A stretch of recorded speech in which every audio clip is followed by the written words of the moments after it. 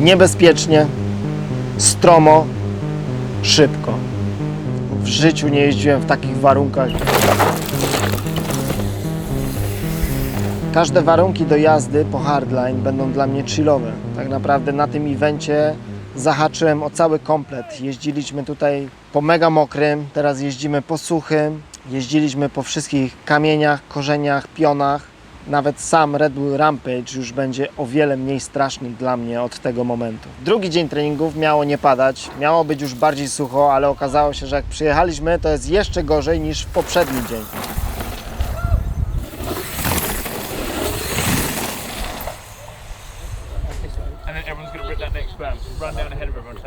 Tak, idziemy oblatać teraz te największe hopy na trasie.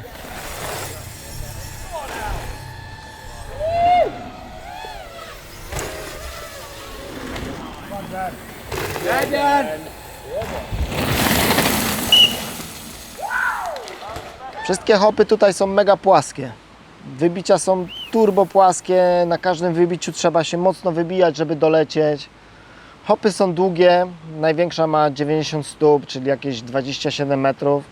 To nie jest dla mnie problem, tylko że trzeba się tak mocno na wybiciach wybijać, że nie ma szans, żeby się zakręcić jakiegoś backflipa.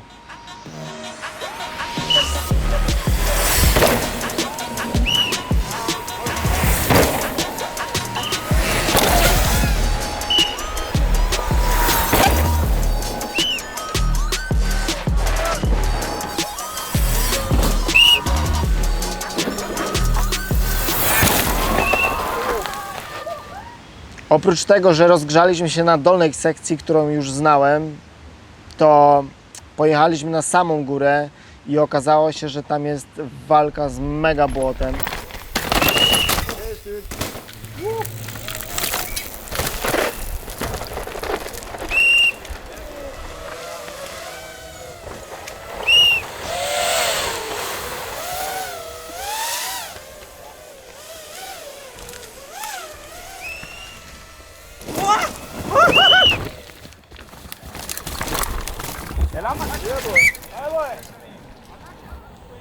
O, nażarłem się bagna, normalnie wszędzie to bagno jest.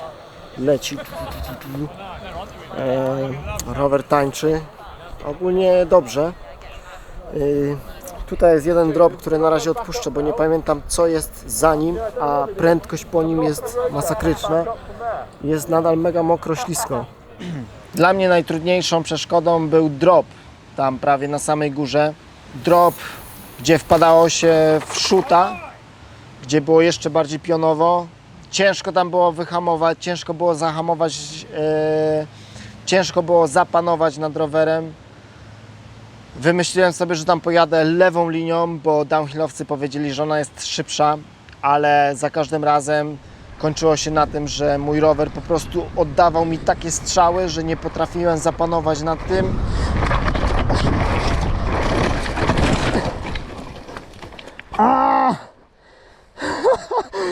I zawsze albo wybuchałem w bandzie, albo raz nawet wpadłem w choinki.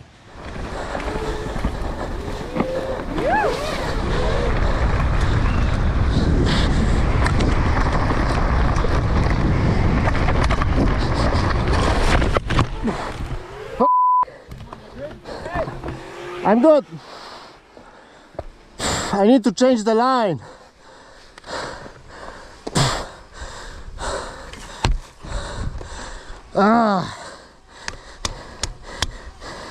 Ta sekcja po tamtym dropie to jest chore. No. Ja pierdolę. Trzeci dzień treningów, było już mniej mokro. Znałem już całą trasę, bo dzień wcześniej odblokowałem każdą przeszkodę, ale byłem na tyle zmęczony, że w ogóle nie panowałem nad rowerem. Każdy przejazd kończyłem glebą i czułem, że jest źle.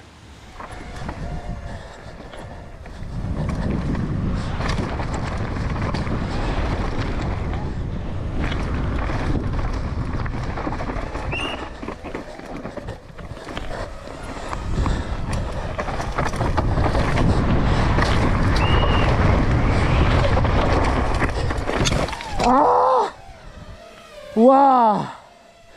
Ja Normalnie nie mogę się zatrzymać. Nie no, jest ciężko. W szoku, co ja tu robię.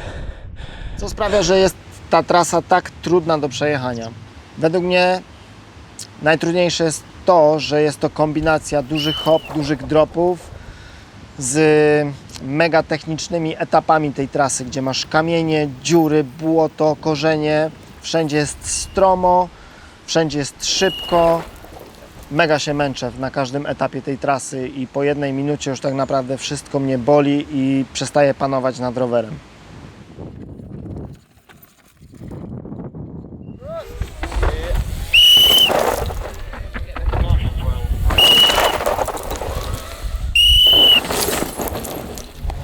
Teraz jadę zrobić swój seeding run, czyli przejazd kwalifikacyjny, który ustawi później listę startową według czasów. Mam w planie pojechać na spokojnie, nie przesadzić i pojechać bez gleby. Zobaczymy, jaki będę miał czas. Najtrudniejsze chyba jest to, żeby to wszystko połączyć w całość, żeby też nie przesadzić na niektórych etapach, bo jak przesadzisz, no to w moim przypadku na przykład ja przestaję czuć moje ręce i już nie kontroluję, nie panuję nad moim rowerem i wtedy zaczyna się problem i ryzyko gleby wzrasta maksymalnie.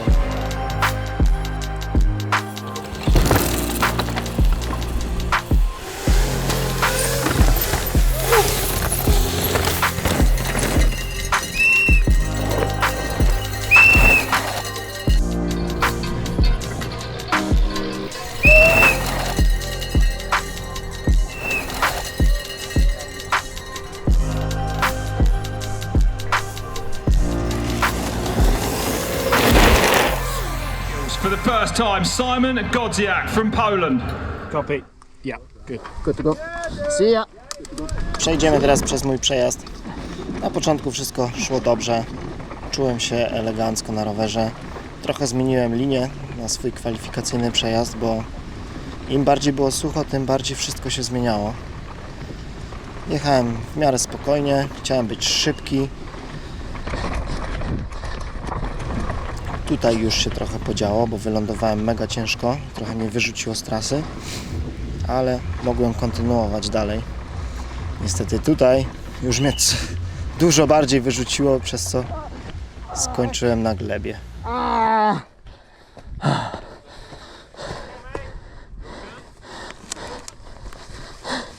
Oprócz tego czułem się, jakbym jechał z przebitą oponą, dlatego sprawdzałem po glebie, czy tam jest powietrze. Ale nic, gleba siadła, pojechałem dalej, wiedziałem już, że będę miał ostatni czas.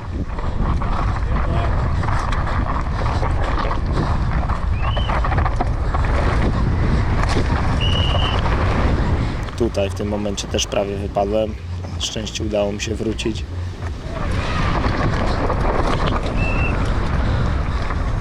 Próbowałem odpocząć, bo już czułem zmęczenie w rękach i nogach. I teraz najgorszy moment, drop.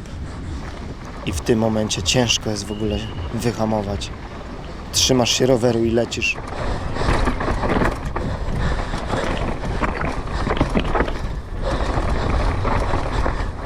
Tą sekcję powinienem sobie dużo bardziej przećwiczyć, bo czułem się na niej wolno.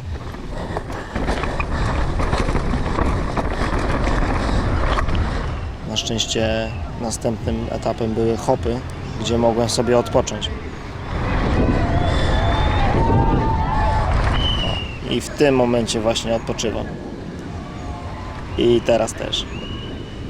Cyk. Hopki wiadomo, bez problemu. Lecimy dalej. Skok w bandę, przeskok nad kamieniem. Puk, puk.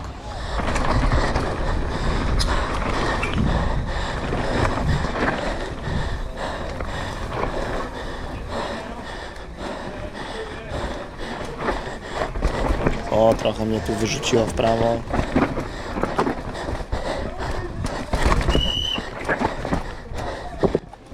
Lecimy dalej, road gap. Tutaj już naprawdę nie mam sił w ogóle. Tu mocno na hamulce. Na kompletnym braku sił wjeżdżam w kolejny rock garden.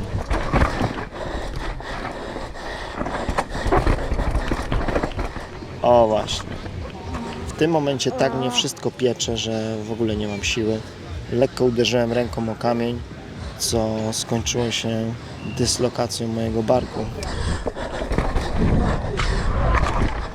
Lecę dalej, tylko żeby już dojechać na sam dół.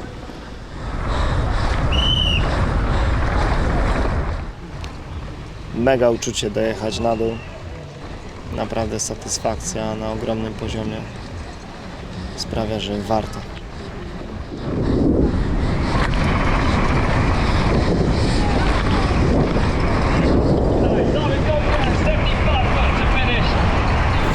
To finish.